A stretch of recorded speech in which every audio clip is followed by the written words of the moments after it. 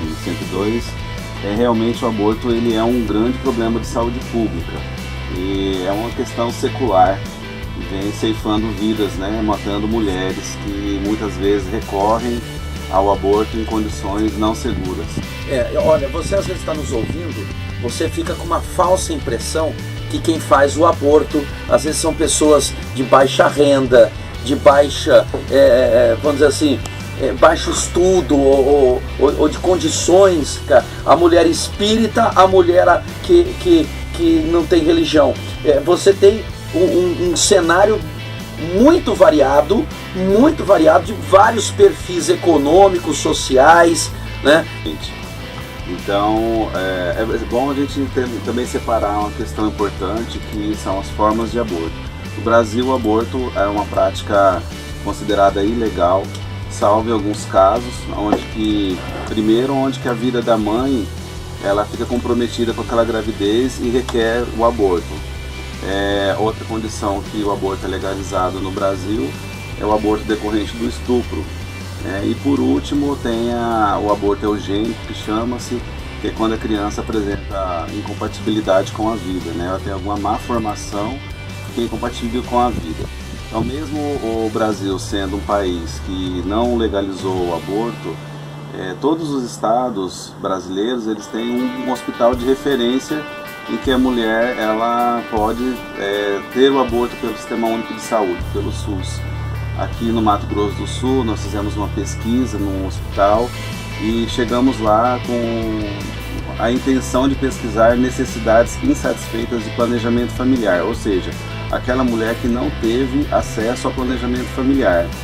E para nossa surpresa, a maioria das mulheres que foram atendidas pelo SUS aqui no Mato Grosso do Sul foram vítimas de violência sexual, ou seja, elas foram estupradas e recorreram ao aborto.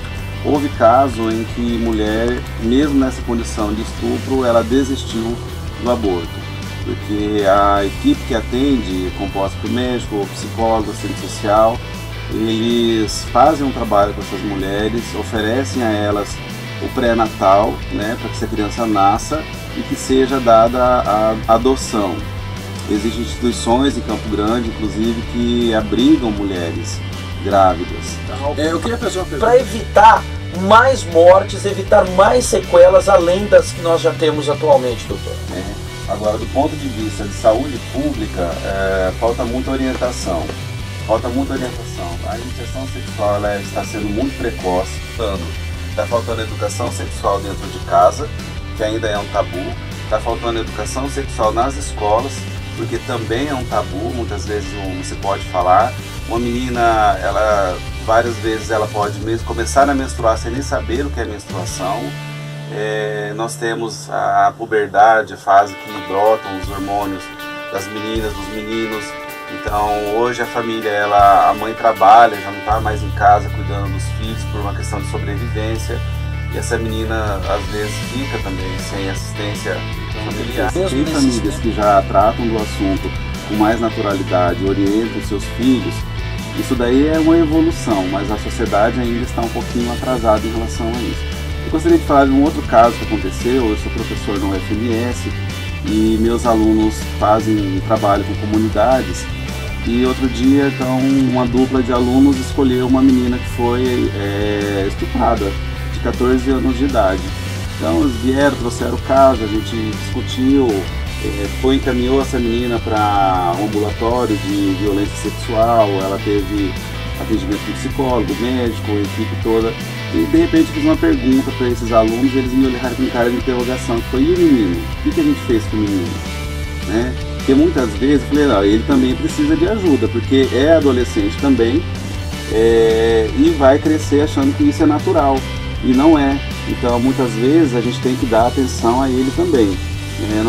A gente não defende outra forma de violência com violência, mas ele precisa passar por alguma medida, seja com um assistente social, com um psicólogo, para que ele perceba que ele fez errado e ele conserte isso em tempo de não se transformar num estuprador futuramente. Então deixa um alerta para a saúde pública, nos casos em que a menina sofre abuso, olhe também para o abusador. Enquanto isso não acontece, o Ministério da Saúde credenciou em todo o Brasil, pelo menos um hospital de referência em cada estado, para que seja referência do aborto legal. Então, de certa forma, isso já vem acontecendo, né? Não está totalmente legalizado, mas já é uma realidade. E é importante destacar também que essa equipe no hospital é uma equipe bastante preparada.